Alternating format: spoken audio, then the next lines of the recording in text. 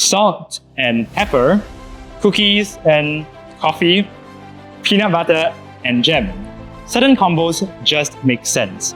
Now, if you're wondering why I brought all of this food to a car review, it's not because I'm hungry. Well, not entirely, but because this all-new BMW 2 Series Gran Coupe, just like your favorite combos, brings together the best of a host of pairings that make it one very impressive car indeed.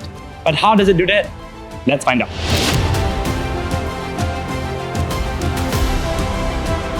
Now in its second generation, the BMW 2 Series Gran Coupe should be no mystery to all of you. But if you're not too sure just what you're looking at, here's a bit of an introduction to this car. The first generation made waves in Singapore back in 2020, serving as another entry point for all those shopping for a BMW but who don't want a hatchback.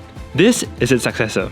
BMW calls this a Gran Coupe because you get the sleek style of a gently sloping rear roof like a coupe, but still get all the practicality of 4 doors. And it now comes to Singapore with more power than before, 121 brake horsepower up from 107 previously. That means that this car's 0 to 100 timing is now cut down to just 9.9 seconds from the 10.8 seconds the previous car needed. And trust me, you can feel the difference from behind the wheel. But I first want to talk about how this car looks. People buy coupes because they're sleek and also because they're stylish. And we think the 216GC is no different. First stylish feature on this new car is its new front. It's a pair of sleek new headlights, and there's also an interesting design detail in this car's grille here. You get vertical but also diagonal elements, and this is something that we still don't see very often from other brands. And if you follow me around the rest of the car, things are just as interesting. As you would expect from a coupe, there are frameless windows all around. And of course, you get a gently sloping roofline here, otherwise again, it won't be called a coupe. But more interesting to me is the fact that BMW has accentuated this car's Hofmeister kink with a unique embossed number 2. Since we're talking about pairs, yup, there's good enough space to fit 2 people in the back. And here's a little tidbit. Even though the 2 Series Gran Coupe is sleeker than before, is actually a good 25mm taller than its predecessor, which means that all can look forward to an even more spacious cabin than before. And with that, we have our first pairing: space and style. Now, I want to talk about this engine for a little bit. Earlier I mentioned that this car now develops a total of 121 brake horsepower. The smarter ones amongst you should already be able to tell where this is going. This power output means that this BMW 216GC is not just faster than before, but it still can be registered here with a Cat A COE. That means cost savings for you, especially handy at a time when COE premiums are so high. But there's more. This 1.5-litre 3-cylinder engine is also quite the frugal unit. BMW states that it can achieve 15.8 kilometers per litre, but across the couple of days that we've been driving this car, we've managed 13 to 14-inch km per litre, which honestly isn't too bad for a compact car that doesn't really have any electric assistance whatsoever. What all that means is that on the 216GC, you don't just get decent power, you get decent power at a decent fuel economy. And that brings us to our next pairing in the 2 Series Gran Coupe: power and economy.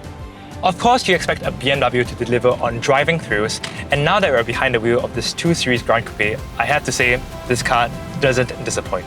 This is one of BMW's more sensible offerings, so you can't expect white-knuckled driving thrills. But for what is supposed to be a sensible car, this thing is still quite entertaining to drive. That upgraded power now means that this 4-door feels more eager to go than before. I must say that the 3-cylinder under the bonnet is a unit that not only sounds decent, but also delivers a healthy dollop of torque without asking you to rev it hard, so you can look forward to accomplishing your daily commutes and drives to work all in relatively quiet fashion. Now on the handling front, there's decent body control, and when you're up at highway speeds, which is exactly where we are right now, the car still feels very planted, which is great.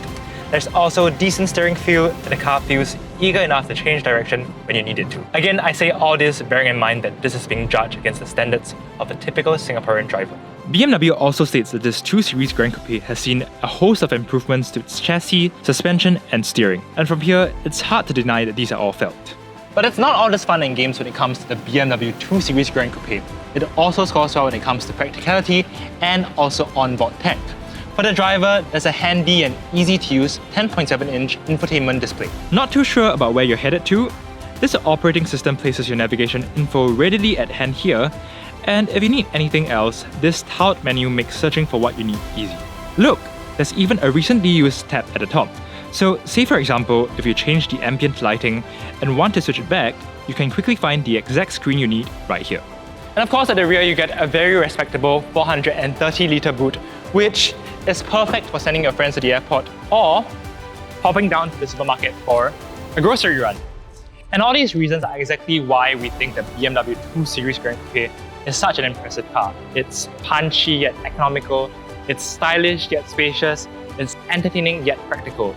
And all of these very best pairings are exactly why it's won Sgcarmart's 2025 Premium Compact Sedan of the Year award. Now, I'm going to get back to these cookies. Oh, I really love Oreo. Do you want some?